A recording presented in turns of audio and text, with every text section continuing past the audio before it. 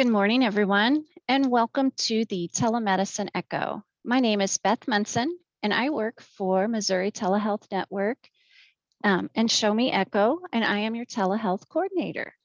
I am going to turn this over to our facilitator, Evelyn Nelson, and she's going to get us started. Hi, Evelyn.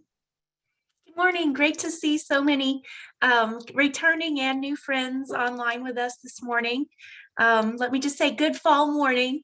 It's really a beautiful day for fall. It's great to see all the leaves changing. And again, it's great to get rolling with this echo. I know there's been several months of planning and getting to know folks offline. So it's kind of exciting to see your faces this morning. I just want to start off with a few house cleaning things. Again, I know many of you have been to Echoes before, but this just kind of will help all of us be on the same page.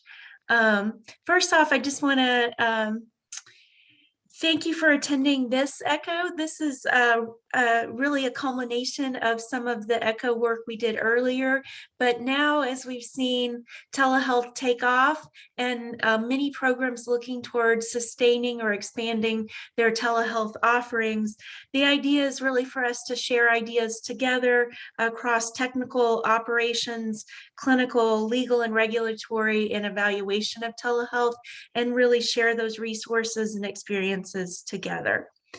I'll have the privilege to moderate these sessions. Starting off, the first thing I would ask is if you're able to, please do rename your Echo screen name to show your first and last name, your title and organization, and if you can, also the state that you're from. As you may know, the Heartland Health Resource Center serves Missouri, Oklahoma, and Kansas, so we're really fortunate to have folks from across the region joining us today. I'd like to introduce you first off to our hub team members. So Rachel, would you mind kicking us off? I think I saw you on screen. Sure. Yeah, I'm right here. Hi, everybody. I'm so excited to see you, and we're so excited for this new telemedicine Echo to get going this fall. I'm Rachel Mutro. I'm the director of the Missouri Telehealth Network and the Show Me Echo program. Super, thank you. And then let me see, I'll jump to Tim. Good morning, Evelyn. I'm Tim Davis, Telehealth Manager at Oklahoma State University Center for Health Sciences and the Oklahoma representative for HTRC. Super. And then I'll go to Christy. Hi, I'm Christy Gagnon with the University of Kansas Medical Center, and I'm also the Telehealth Communication Manager for the HTRC. Super. And Dr. Edison? Well, the Echo way is to use first names. So I'm Karen Edison, and I'm the Senior Medical Director of the Missouri Telehealth Network and our Show Me Echo program. Welcome. And we have Robert, both our hub team member and our speaker today.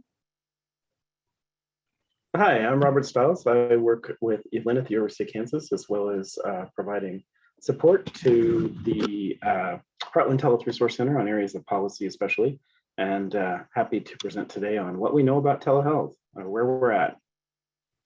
Super, and I know folks met Beth already. So is there anyone from the hub team that I've overlooked? I sure don't mean to. Great. Well, it looks like we have we have over 30 on today with us, so we're going to use the changing your names in the Zoom call to know kind of who you are and where you're from. I know that our speaker has a lot of fantastic information to cover today, so if you can do that in the chat, we really appreciate it. Just me looking on screen, I can already kind of see folks have been successful changing. It's really exciting to see what a diverse set of folks are joining us today. And I'm really looking forward to learning together. Just a few more house cleaning things. As Karen mentioned, we aim for first names only. Just be conscious of the confidential and protected health information. Please do raise your hand if you would like to speak and share your great thoughts. Keep your microphone on mute until you're ready to speak. And then just remember, after this presentation, we'll have the presentation, I believe it'll be both available through the Echo system, and then also I believe that Christy may be sharing that as well. And we'd love to hear from you for a case. We really try to make that as painless as possible. So if some of this sparks your interest today, we'd love to hear from you and hear about your programs in cases in the upcoming echoes. So with no further ado, I'd love to introduce Robert Stiles. Robert's going to be talking to us about policy today. We're really fortunate to have Robert's expertise on our Heartland Telehealth Resource Center team. He has extensive experience in government at the state and local level, including serving as the director of Kansas Primary Care Office. He also served in a number of leadership roles in FQHCs, including 5 years as a CEO in rural Kansas and Missouri prior to working on our Telehealth Rocks team. He's leading our school-based telehealth efforts, as well as sharing his expertise across our telehealth projects. So welcome, Robert, and we look forward to your presentation today. Thanks, I really appreciate the opportunity. Sometimes I talk soft, so if you can't hear me, just someone, please feel free to break in. Let me get my screen shared and get us started off today. This is always an intimidating presentation because over the last, going on 2 years now, I can't believe we've been subject to all of this for, March will be 2 years. Lots has changed, and some of it has been very good.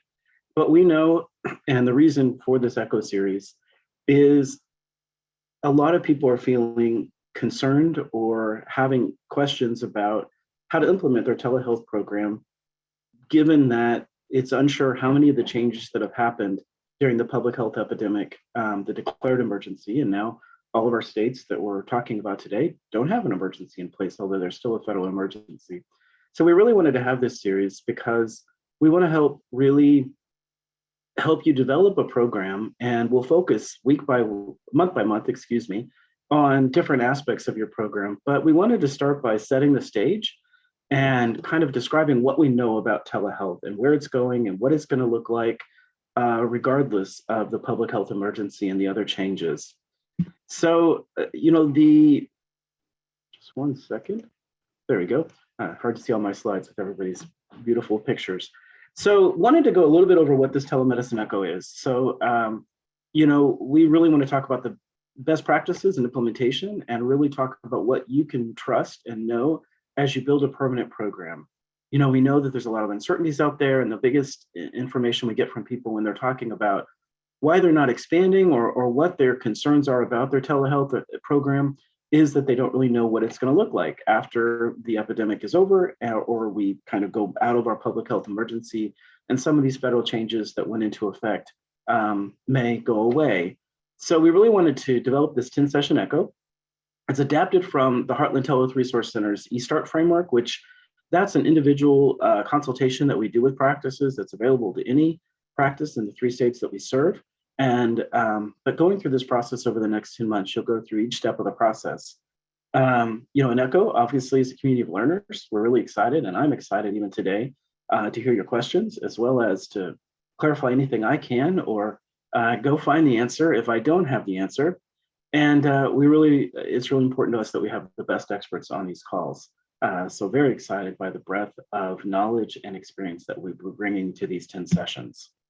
So here are the Echo topics. So we'll be looking next month at a needs assessment, your policies and procedures, how to choose technology, project planning, engagement and training, community engagement, which is crucial, telehealth processes, billing and funding, and then finally evaluating your program. So going through these 10 sessions, you should come out the other side having a really good understanding of sort of how to have the best and most successful program that's beneficial to your community and also beneficial to your organization and financially sustainable.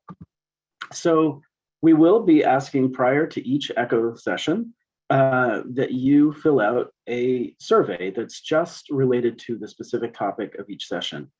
We're going to use these to really inform what we present. We really want to understand where everybody's at, what their concerns are, what their questions are as we look at each area. So we really want to get this information back so our speakers kind of understand exactly what's going to be important, what your questions are, or sort of what are the areas that we need to really talk about in each session.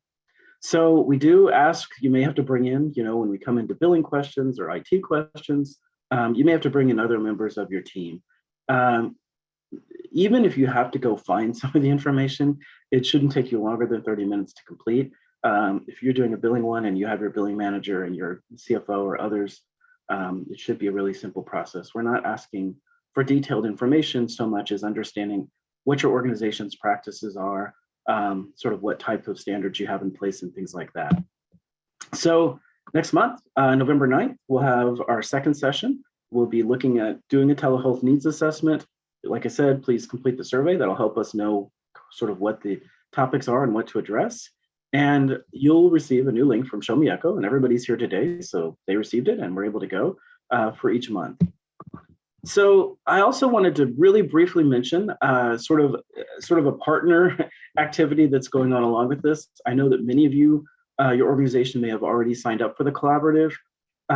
This is just sort of adding some additional things from the Heartland Telehealth Resource Center. So if any organization that serves rural or underserved patients, that could be FQHCs, but it could even be a large healthcare organization that meets rural health needs, sees rural patients, serving patients in Kansas, Missouri, Oklahoma. Are you providing telehealth or do you want to provide them? And that'll just add on to this community of learners that we're doing with the ECHO, some individualized technical assistance that you'll choose in partnership with the HTRC as we discuss your needs, and a small stipend that just helps with some of the costs of participating, as well as maybe some of the costs that you may see as you're developing your telehealth program. If you want to sign up for that, it's completely separate from this ECHO. It's just sort of side by side with this ECHO. So you'll need to reach out to the HTRC. Our information's on our website, but also there's our email address, htRC@kunc.edu. So today we're going to talk about what do we know about telehealth. So one of the things we're going to do is we'll go through a brief history, but we'll go very quickly through kind of how we got to where we are. But we'll really focus on what do we know about the current state, right? What's semi-permanent or hopefully permanent, as well as where are things going? Because we really think a place to start is to understand exactly what we can be sure of. So we'll talk about what it looked like before the COVID-19 public health emergency, in our current situation and some of the expanded capabilities with telehealth, but also what it's going to look like even when some of that goes away. And so kind of starting out, there hasn't been a lot of research. And what we do know is either from prior to the public health emergency, right, to the changed circumstances, or early on, right, when telehealth was just rapidly expanding. The issues with that are, we know there have been changes in telehealth. We know there's been, unfortunately, a reduction in usage as people have gone back to in-person or other issues. And I think a lot of that is also related to not feeling secure, right? You're not going to invest in a program that you don't know that after the public health emergency, you're going to be able to continue and receive billing for and make financially sustainable. So really just trying to briefly mention what we do know. Kaiser Family Health Foundation did a report on early Medicare and telehealth during the pandemic. And so we know that in the summer and fall of 2020, 64% of Medicare beneficiaries said their provider had telehealth, and it was only 18% prior to the pandemic. So we think that, we're pretty secure that everybody kind of, even if they didn't have telehealth before, has some capability now. How much their usage is really depends on how secure they feel about it, as well as patient opinions and things like that. 27% of all Medicare beneficiaries had a telehealth visit during the early part of the pandemic. But but the majority was telephone only, right? And so these are the kinds of things we're going to talk about today, as well as throughout this session, right? Telephone only is a allowance only due to the public health emergency. And we'll talk a little bit about what can change, what Medicare can change, what requires statutory changes and things like that as well. We'll really go through all of that today. So those who had a televisit using telephone was higher for those that were over 75, those who lived in rural areas, and those that were dually eligible, meaning probably lower not probably, they had lower socioeconomic status. So one thing they found was that these temporary expansions really are a way to get healthcare to disadvantaged populations, or those like we like to call underserved populations, whether that's rural, whether that's urban, whether that's older adults. And then rural Medicare beneficiaries were less likely than urban to have a telehealth visit. So the General Accounting Office did some work and looked at Medicare and Medicaid early on, and really found, what we've seen is rapid expansion of telehealth. In mid-March, there were 325,000 services to 1.9 million. So just this massive undertaking because everything went to telehealth. Mental health is a big area for moving to telehealth. And we'll see later as we talk about some of the permanent changes and where things are going, that we think a lot of the telebehavioral, those are going to be the frontline things that do become more permanent and do become, really allow things like telephone only and things like that. In terms of family practitioners and primary providers, 89 of 146 services could be done by phone only, audio only, which will hit a lot because we're finding that that is very used, especially by underserved populations. Same things, urban versus rural, but there wasn't a racial or ethnic disparity between receiving telehealth services. So they really said that, so the General Accounting Office found that lack of broadband, right? We keep hearing this, and we know that this is an issue, especially in rural areas, but also in some urban areas. So low socioeconomic impedes access. Those over age 5 impeded access, and those in communities with colors. Payment parity, this is an issue, right? Prior to the pandemic, you weren't paid the same for a telehealth visit. During the pandemic, you're billing it as if it happened in person and receiving the same payment. But we need to understand that at the federal level, there's concern, and we'll see this over and over again, that if we continue to fund telehealth in the way we're funding it during the pandemic, that it'll cost more, right? And money matters. We can see that in Congress, right? How long have we fought over the current spending bills, and we still don't really have a finality, and we only have until December even a agreement for the feds to pay their debts. So spending and costs are important. And it's one of the things that I really encourage anyone who has data to really look at that data and also try to share that data with their representatives in Congress, with whomever they can, because I really think as telehealth became more routine, it didn't become more costly. But I also think, and we've said all along, that it really is similar in cost. What it costs you to provide a visit, you're still paying the provider. You're still having to do certain things. And so we may not reach full payment parity, but certainly the levels of payment prior to the pandemic were not sustainable and were often a reason that people did not have strong telehealth programs that just didn't cover the costs. So quality of care also comes up a lot, and there's also concern about for-profit companies. So, the direct-to-consumer telehealth companies, they potentially overprescribing antibiotics was an example they had. So the idea that people will come into the market who won't be scrupulous. Fraud keeps coming up as a discussion, even though we haven't seen substantial fraud, and the fraud we've seen is more like the, unfortunately, routine fraud that you see in Medicare, things like durable medical equipment, whether it's a provider who says they saw them in the office or says they saw them over the phone, these sort of kickbacks that are going to providers from companies to overly prescribe durable medical equipment, even when it's not needed, as a one of the classic fraud examples in Medicare. So it was really interesting. The Commonwealth Fund looked at private payers, and so they interviewed insurance regulators, right? So those are your insurance commissioner in a state, and really looked at private pay, because that's another big area. We'll talk a lot because what we know is what's happening with Medicare and Medicaid.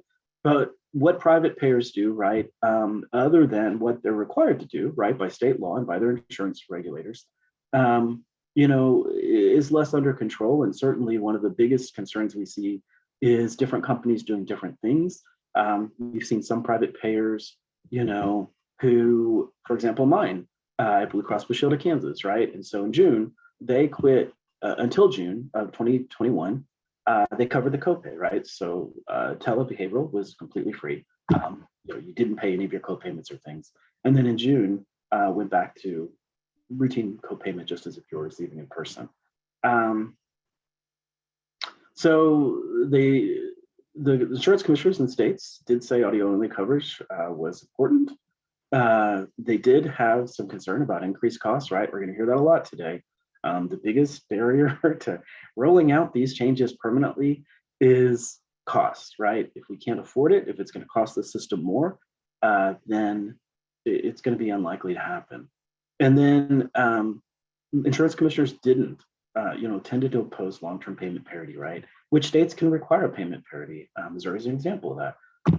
But this really comes out of this concern about these third party, these corporate telehealth companies, feeling like, there's just a lot of, and it's not that it's true or not true, and I'm certainly not here to say for-profit companies are the problem or a problem, but just know that there's this sort of idea out there that if they free up the market, they'll swoop in and they'll make lots of money and they'll increase costs. And also the idea that the care from those types of companies lower quality. So not that any of that's true, but it's important to understand the landscape we live in, and especially understand the landscape for the people who are setting the rules. What they feel and understand is going to impact what happens. So the Commonwealth Fund, out of their study, said that we need to really look at insurance and audio-only coverage because of the idea that it can reduce access issues and stabilize the landscape. Recommends maintaining telehealth expansions that may benefit payers and consumers if it can be shown to reduce healthcare costs, right? And one thing I really want to bring up with cost is, we've talked about moving to a value-based care landscape. We have accountable care organizations and lots of different approaches. So more services cost more, but, it's sort of the classic example. When I opened a clinic in a new community, I met with the local hospital CEO a few years ago. And one of the things I said to him was, I'm going to cost you more money to begin with, because all these people who haven't gotten healthcare are going to get healthcare, and we're going to discover things that are very costly, right? But long term, I can reduce costs because getting care to people, getting people in early, improving their quality of life, improving their healthcare and their health outcomes is going to end up being less hospitalizations. But the idea that increased access through telehealth may get people into the doctor who have conditions that cost more money, or may short-term lead to more behavioral health visits because you can do it from the home, and all the barriers to getting behavioral health, are reduced by allowing audio only or allowing telehealth from the home. So, these are the types of things we need to look at and we need to understand, and hopefully we can figure out how to actually improve healthcare outcomes and improve access to care, as you can see here, while really understanding healthcare costs. And, I hate for us to ever talk about something as we don't want to increase access because that increased costs, because increased access is what we're all striving for. So the Health and Human Services Office of Inspector General really did, and this is based on surveys from Medicaid directors prior to the pandemic, but it was really interesting because they looked at, sort of asked them what impacts the ability to provide telehealth in your state. And they really found that the biggest issue was lack of provider and training and lack of broadband access, which we're going to hear again over and over again. They really encouraged the idea that there should be training on the use of telehealth technology and really talk about telehealth coverage and reimbursement policies. So I was happy to see this because it made me feel good about presenting this today, as well as this entire series, because that's what we're trying to do with this. They wanted to look at dissemination of additional information, education, best practices, funding options, broadband interoperability, state plan amendments that could assist states in covering ancillary infrastructure costs, right? we can provide all the telehealth we want, but if we don't have broadband or other access so that people can get online and receive those services, then it doesn't matter that it's offered.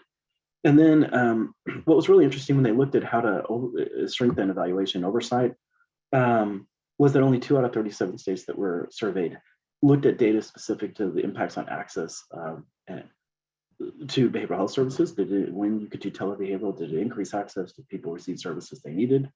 And only 1 state had looked at telehealth's impacts on costs, right? And so we're talking about costs, What happens permanently is gonna really, costs are gonna be a major factor. And we don't know much, right? And a lot of the times when we look at studies, look at costs, they are using data, to be honest, from direct to consumer corporate companies. And it may not be similar to what we're finding, especially now that we've really jumped into telehealth so broadly.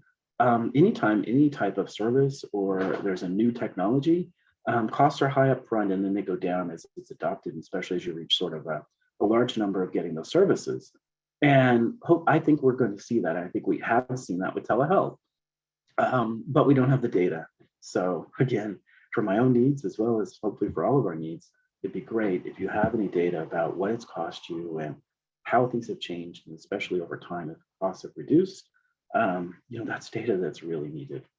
So we're going to briefly go through kind of what happened, as I say, setting the stage.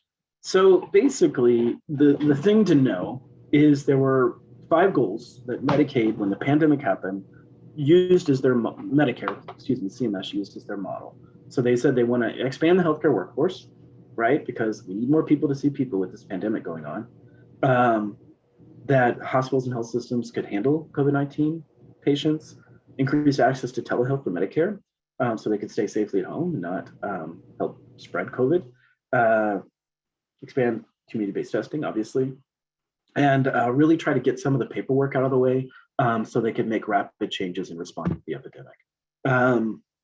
So these are the main changes that happened, and wanted to highlight them because we have to talk about not only what happened, but how we can keep those things permanent. So they waived the geographic limitation prior. You could only do telehealth to rural. There was a site limitation for FQHCs and RHCs.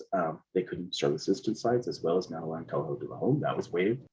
Provider list of clinician types. There used to be a specific list of clinicians that could do services. That was expanded to if you're eligible to bill Medicare, you can do telehealth.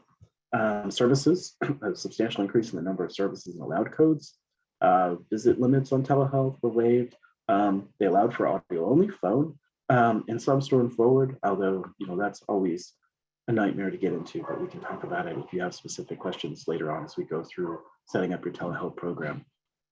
Supervision requirements were relaxed. It allowed for licensing out of state, and then allowed for more community-based types of codes and provider types. So in talking about those changes that happened, let's talk about what could make them permanent, right? So when we talk about the geographic and site limitations, right, the rural, the FQHC and RHCs as distance sites, that's going to require congressional action. CMS cannot make that change on their own. Site and patient location, services to the home, that's going to require congressional action. I say that, although we'll talk later about some ways CMS is kind of allowing for that and making some allowances. Audio only, right? Using telephones, which we saw especially in older populations as well as rural populations, was so highly used in such a high percentage of telehealth visits. It doesn't require a statutory change, but CMS regulation does or has excluded audio only, and some of that's changing. So wanted to, and you'll see some Rochelle Martin comments as we go through this. Rochelle Martin works with the Heartland Health Resource Center. She is both an attorney and a certified biller and coder, and she does a series of webinars for us that happen twice a month. They're very specific, very highly detailed, and very wonderful. But I had her read through this presentation, and so this is sort of the attorney's comments as well as the biller's comments. So she pointed out that the law doesn't restrict storing forward. It doesn't asynchronous, but they could be available only through regulatory, but it would require regulatory action, right? So CMS could change the rules. It doesn't require the law to be changed. Any Medicare provider eligible to deliver telehealth, that requires congressional action. And expanding the list of eligible services to reflect the current 240 that are allowed. that would be an administrative change to the fee schedule, right? And we'll talk about the 2021 proposed Medicare fee schedule later. And so, Rochelle goes into the details here, and we can certainly talk about the details. And also, if you have any questions about that, how the fee schedule changes and these type 1 and type 2 services, and they temporarily created a type 3. So we'll talk about that in a little more detail in a minute. So what happened, right? There was this huge expansion. States were allowed to do what were called Section 1135 waivers, as well as there were some blanket waivers that have been applied to the entire country. So all of the states, Missouri, Kansas, and Oklahoma, applied for and received specific waivers. So the initial blanket waivers, which are national, they allowed out-of-state providers to do care in a state, temporary billing for non-enrolled providers, allowed states to apply for further waivers, which, like I said, the 3 states we're talking about did. I'm not sure that any state didn't, but maybe one did. I don't know. But I know our 3 states did. Allowed you to provide care to a patient who hadn't ever gotten services from you before, and allowed phones with audio, video, and some audio-only billable visits. So when you talk about out of state, right, this allows providers to bill Medicare for telehealth provided to a patient in another state, even if the provider is not licensed in that state, but it didn't address state licensing rules. And so we saw in many states, especially Kansas, it took quite a while. There was some emergency declarations from the governor and sort of some back and forth. Anybody who's dealt with the boards, rightly so, want to protect the practice of their profession, and also want to make sure that people are receiving care from appropriately licensed people that are qualified to provide that care. So after that, they did more blanket waivers on March 30th of 2020. You can see that virtual check-ins, e-visits, additional types of providers. Eventually, they just said, anybody, you can bill Medicare, you can do telehealth. But it took them, we went step by step through this process. Allowed to the home, hospice, inpatient, lots of different things. Did allow coaches and rural health plans to act as home health agencies. And then payment Medicare Advantage plans allowed them kind of outside the rule period, the period when they could normally add benefits to expand telehealth. And then on April 9th, we finally dealt with FQHCs and RHCs were saying, we're desperate, we want to provide this care. So they waived some requirement and some other things so that it was easier for FQHCs and RHCs, especially to service distance sites and bill for services. So in Robert, addition, yeah, please. Farther in your presentation, we just have a question in the chat Okay. about the extension of the end of the waiver time period. Sure, go ahead. What was the question? When the waivers are anticipated to end, is it the end of the public health emergency, or is there, what is the expected end date of these waivers? It is expected, so for the federal, it is the end of the year in which the public health emergency ends, but there's a lot of conversation. The feds are really trying to ensure that everyone feels comfortable. We know that it will be at least the end of 2023, and we'll go through specifically kind of what we know about that as we kind of move into what's the current landscape look like and what the future holds. This doesn't, right? That's CMS policy, that's federal rules. States may be different, and we'll talk specifically about the 3 states as well and where things are at with them. So yeah, great question, and we will definitely get there. So, these are some of the share other things these that slides happened. sure will be available. That Yes, was another these slides will absolutely be available. I know it's a lot. But I also think it's important to understand because there's often confusion. And for some of us, right, I can't remember what happened a year ago, and we're talking over a year and a half ago from many of these changes. And there's also a lot of confusion about what's permanent and sort of what things were like. A lot of providers were doing telehealth prior, so they don't know what the requirements were or what the changes were that happened. So Kansas and Missouri and Oklahoma all did 1135 waivers, allowing them to, allow these changes. And then for the waiver population, which I know we're using the waivers a lot, but Medicaid has, sort of waivered populations. Example of that is the intellectually developmentally disabled. There are lots of different types of waivers where there are sort of wraparound or special services or special sort of populations that have different treatment. And in order to kind of allow for more services to those populations, you had to do what was called a 1915C waiver. And Kansas and Oklahoma did that. Missouri didn't do that, but they didn't do that because they didn't have to. They had already opened up telehealth so broadly through the parity law that Missouri has that it wasn't needed. So Office for Civil Rights, and we hear a lot about that HIPAA's been waived. That's not true. There's discretion on enforcement of HIPAA, compliant in good faith actions. And my example of this is always, if you are doing something so egregious, right? You're seeing your patient in Starbucks where anybody can see what's happening, then the Office for Civil Rights may still, enforce it. It's discretion, right? If you're doing what's best for the patient and, trying to take care of the patient, and they need to use a method that's not HIPAA compliant to access care, then it's allowed. And then Rochelle wanted to point out, of course, that attorney generals can still enforce HIPAA, but it's just the Office for Civil Rights. Controlled substances, which is a major change, right? So Schedule 2 through 4 can be written without previous relationship. Medicaid assisted treatment, which is often very difficult, right, for people living in very rural areas who have to travel long distances to have their taking medications observed. Does allow for take-home supplies and sort of virtual supervision of patients taking these medications. And then anti-kickback was waived as well. So what the states did, right? Missouri did declare a public health emergency. We'll see that all 3 states did. Their 1135 waiver allowed providers from other states, suspended prior authorization, medical necessity, extends timeline for fair hearing. And then they provided throughout the COVID period, provider hot tips. And you can see some of the things that they allowed or that they clarified with this Missouri Medicaid program. Oklahoma also did a public health emergency. You can see the types of things that it allowed. They did an 1135 waiver, other states, things like that.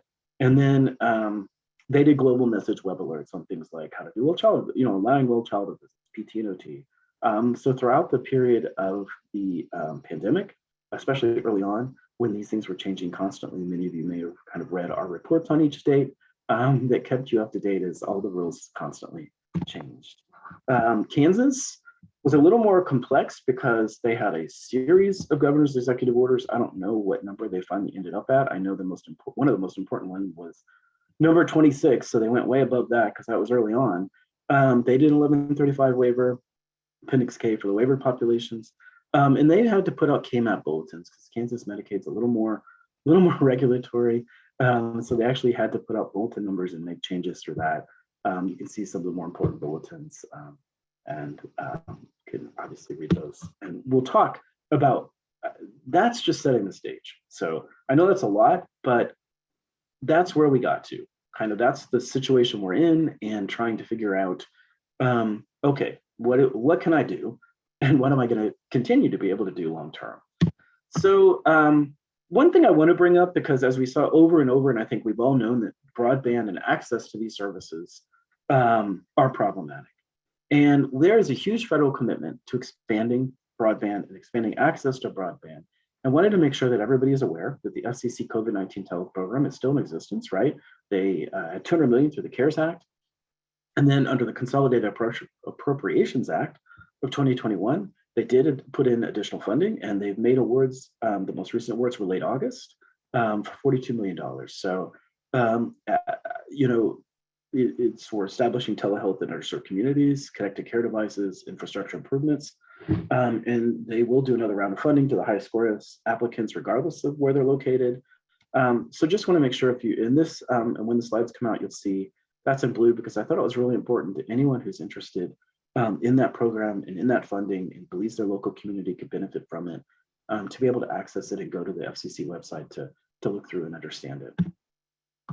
So, well, the National Telehealth Resource Center for Policy is called the Center for Connected Health Policy. There's their website. They put out recently sort of here's what we're not sure about, right? And that's what we're going to talk about the rest of the day, kind of where are things going with some of this stuff. So they talk about the public health emergency, right? When's it going to end? It keeps being extended, but someday it will end. We know it'll last through at least the end of this year. I anticipate it'll be into 2023 at this point. Interstate licensure. One thing to know, over the last session, Kansas did join SIPAC. So for clinical psychologists, there is the ability to be in a compact state and practice in other states that are members of that compact. Private payers, what's going to happen with them? Where are they going with telehealth? Prescribing, teleprescribing, specifically controlled substances, reimbursement parity or something like parity so that we can cover the costs and pay at a level that meets the cost to deliver telehealth, and then professional requirements for supervision and other things. So those are great. But for me, it comes down to four things. Geographic limitations. This rural limitation is still there, right? It has to be changed by Congress. So if the public health emergency goes away, yes, we'll continue policies till the end of the year, at least. That's the end of the public health emergency. But this rural limitation is a problem and really needs to be changed if we're going to really make telehealth accessible to everyone. So many of the providers of care to underserved populations are federally qualified health centers and rural health clinics, especially in the 3 states we're talking about. And this distance site provision, if that doesn't go away, how as a rural health clinic or FQHC could you have a successful program? Services to the home, right? That would go away. And we know that so many people depend upon it, as well as there's some real benefits. When you talk about behavioral health, right? One of the benefits of doing it to the home or being able to do it in a medical clinic versus having someone go to an office is, especially in a rural area, people know your car, they know who you are, they see you go in. And so there's a stigma with getting behavioral health that you can deal with by allowing it to happen in to be honest, a more private location, such as the home. And then audio only. We've seen through the early studies that I talked about that audio only is especially crucial to underserved populations or those who may have other access issues, including older adults. So we're going to talk about what the Medicare fee schedule looks like, and we're going to talk about telehealth legislation. But this is Rochelle, by the way, who I've been mentioning. Lovely picture of her. And here's all of her information. She's obviously well qualified. And wanted to let you know that we continue to have these very detailed webinars. I know when we offered the first few, it took a little bit to make sure the audience was there who needed to be there, because these are very, very specific. CFOs, billing directors, CEOs as well. But these really go into the details code by code by code, and they're very specific, limited topics. So we do 2 sessions a month. You can see the next session is October 14th. The dates are sent out through the HTR's listserv, and we'll be looking at telehealth billing in hospital settings. So it's that specific, right? We're looking at that kind of stuff. We've dealt with so many different parts of it. There's where you can sign up, and the previous sessions are available on our website. So I, with her permission, have kind of stolen her slides because she had just did a couple of presentations on this, and also, she's a lawyer and I'm not. And also a biller. So, I really thought these were helpful, and rather than reinterpreting something that already been done, I'm using her slides for this. So the Medicare physician fee schedule proposed for 2022, those category 3 services, this is this new category that was added in the 2021 schedule, which are sort of, a lot of them are telehealth services that they can't really fit through legally. They can't just change. So they're putting them in category 3 for a while, which says, yeah, we're allowing those and we know they're important. So they're proposing through in next year's fee schedule that audio only would be allowed for the delivery of mental health services in limited circumstances. And there's requirements, some of which we don't like. Things like you have to see them in person every 6 months and some stuff that could get in the way. But like I said, often it seems like we've especially decided that behavioral health through telehealth is beneficial and needed. And seem to be a lot of the expansions that are happening, or some of the permanent changes that are being discussed, are starting in the behavioral health field. It does expand the definition of mental health visit to allow FQHCs and mental health clinics to deliver mental health services, including audio only. And those that were placed into category 3 in last year's are proposed to remain available until at least the end of 2023, right? So anything that was on category 3 that's still in category 3, they're proposing to stay. Sorry, it doesn't want to go forward. Just a second. There we go. So talking about telehealth, no new category 1 or category 2 services, right? So those are the permanent services. So nothing got moved onto the permanent list. But this distinction, those that are staying on category 3 and those that are just interim that aren't in category 3 really are, what matters with that is, so 1 and 2, there's those that are already basically allowed. So category 3, to the end of the public health emergency, likely clinical benefit, but they haven't yet decided they can add them permanently.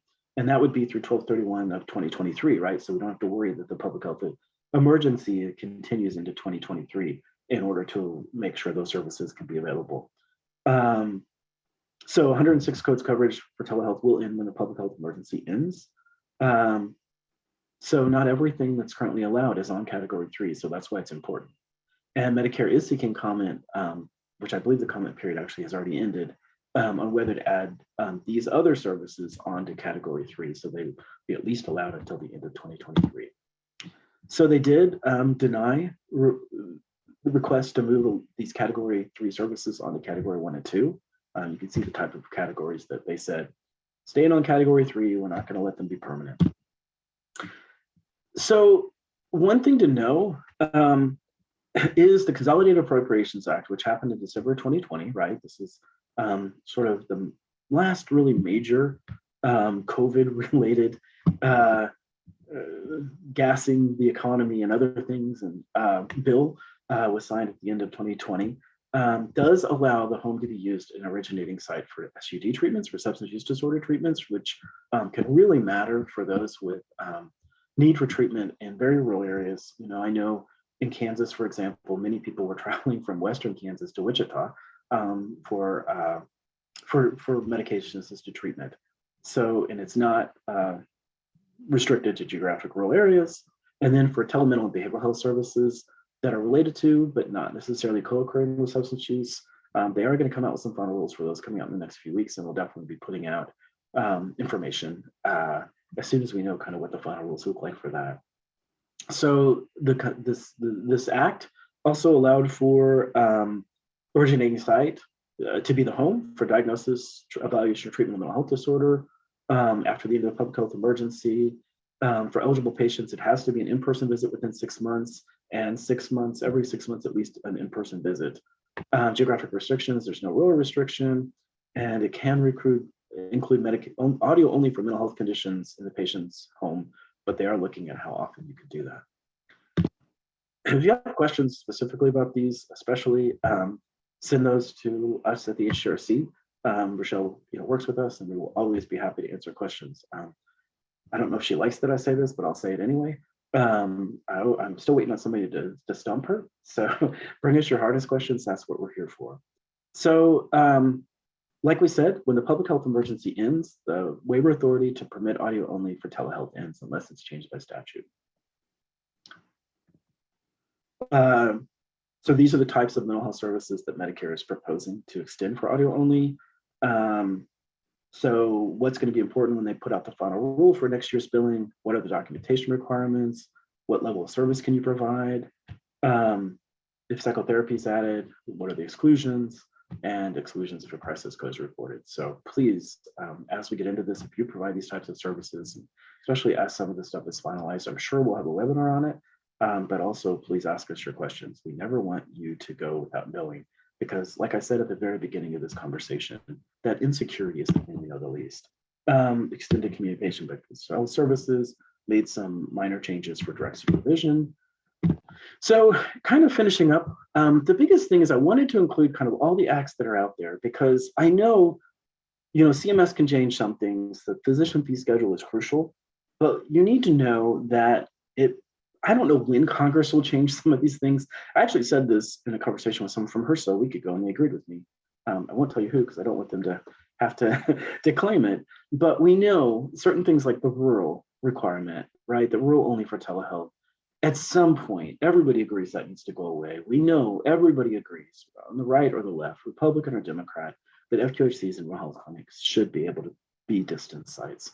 So we won't go through these bills because they're not law yet, but just please read through the slides and you can understand. And the biggest thing that I encourage anyone who's interested in the expansion of telehealth and some of these things becoming permanent to talk to their legislators and tell them why it's important. Tell stories about your local area and how the provision of these services matter to people in your community, but also share with them cost information, right? Because whatever bill Congress does, right, comes back with a price tag.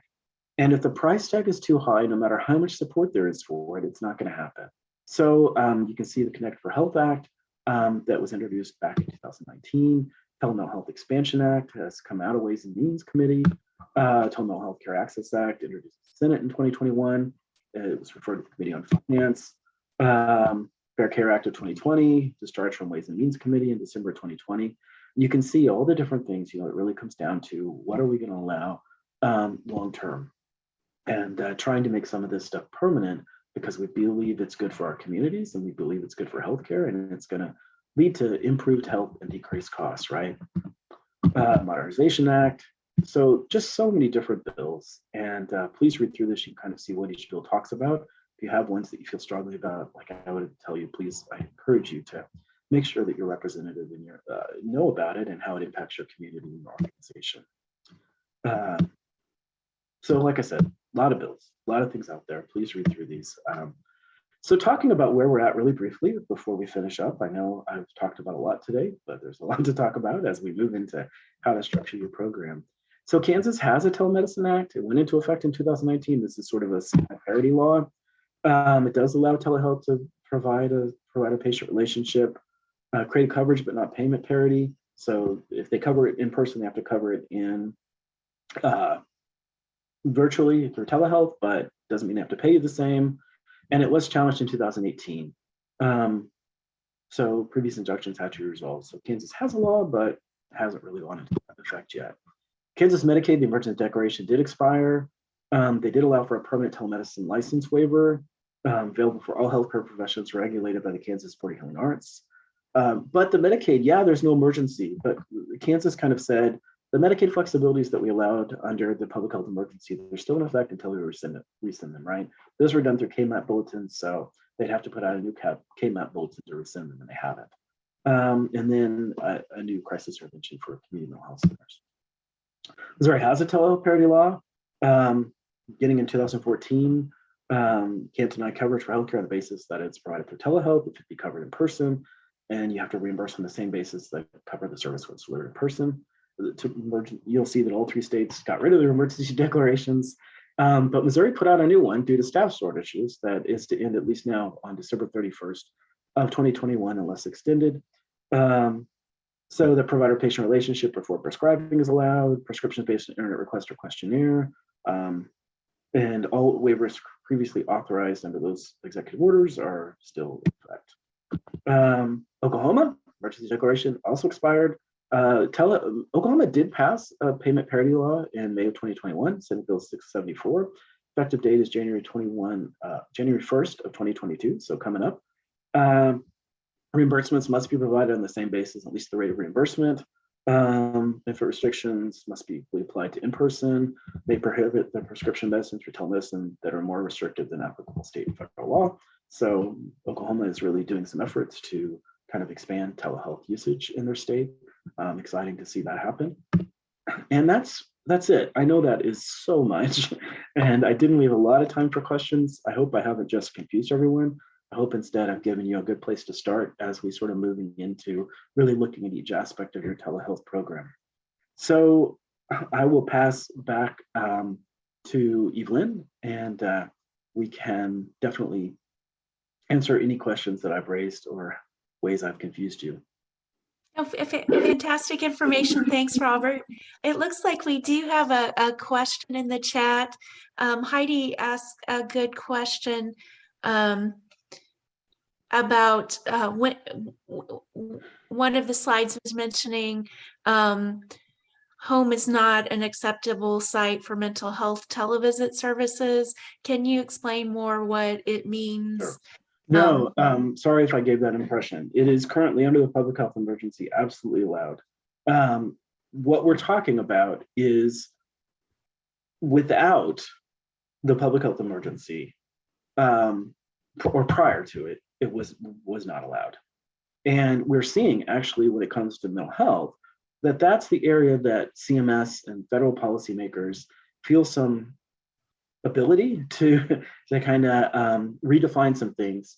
And actually, substance use disorder and mental health are the 2 areas that, at least in some instances, are definitely seem like they're going to be allowed after all the public health emergency exemptions are gone, right? So that's the place that it really looks like you're going to continue to be able to do, but there's going to be lots of requirements on it. I know the thing we're hearing the most from mental health providers is this issue of, if I'm in Kansas City and someone in Frontier, Kansas needs access to mental health and I'm providing it, this 6 month, having to see them every 6 months requirement could be a real barrier, because the point is to make services accessible that aren't accessible. So I know there's a lot of concern about that and a lot of feedback on that. Thanks, Robert.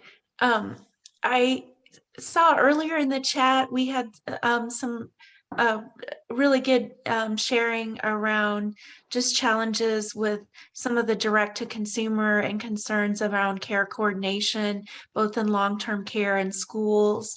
I would just encourage folks, that might be a real good case to share at some point too. Robert, did you have other thoughts on that? I would agree. Not everything that's corporate or direct to consumer is, it depends. I encourage local partnerships, no matter who it is, right? Coordinated care is important, so I certainly, when we talk about what we value in healthcare, and no matter who's providing the service, a strong relationship locally, because not everything can be done through telehealth. But I guess I'd cycle back to saying those are the same kinds of concerns that state insurance regulators are seeing. When we talk about concerns about opening up telehealth, the thing that consistently comes back from the federal level and across the board is this idea that there are these for-profit companies that are gonna come in and not do good quality healthcare and make lots of money and make the system cost too much. I'm not saying that's true. Please know that I'm not saying that. I'm only saying those are the types of concerns that are out there and that will impact the ability for some of these things to become permanent because there's so much fear about things like that. Again, I hope it's something we can talk through if folks may have some resources or things that they're utilizing as they're in that situation of trying to maximize care coordination and still work with some of the direct to consumer. Karen, it looks like you have some guidance too. Yeah, I just wanted to say that that's why this particular echo is so important, and all of you are so important, because healthcare is best if it can be delivered regionally, if not locally, because local healthcare providers know the culture, the infrastructure, and the resources available to patients where they are in their communities. And if you need to see a patient in person, then you can more easily see that patient in person. Yes, when I was a practicing teledermatologist, I saw patients all over rural Missouri. It is true, but I believe that healthcare is best if it can be local or regional. And so I think that that's why this is so important, you guys, because we need to be doing telehealth for our own patients in our own communities for so many reasons. One of them is economic development, right? So if you prescribe a medicine or order a lab or get an x-ray, all those healthcare dollars are kept in that local community. And so I just think that's why this is so very, very important. I just want to say that. Yeah, I totally agree. And I know we need to go, but I did want to answer Heidi's question really quick.